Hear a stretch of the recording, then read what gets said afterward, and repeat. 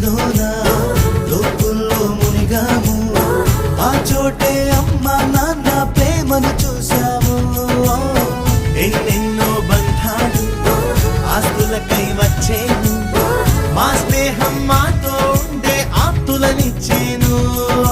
బాధలలో నా కంటిని తెడిచే చేతులు మిత్రుడివేగా, సాధనలో నా సాయం చేసే దైవము స్నేహితుడేగా. కృష్ణుడికి కోవెలుంది, కర్ణుడికి లేదేంటి, చెలిమికి గుడి కడితే అందులో తప్పేంటి. అందరి కంట్లో మాది ఓ పేదల ఇల్లే, ప్రేమకు మాత్రం ఎప్పుడు పెద్దల ఇల్లే.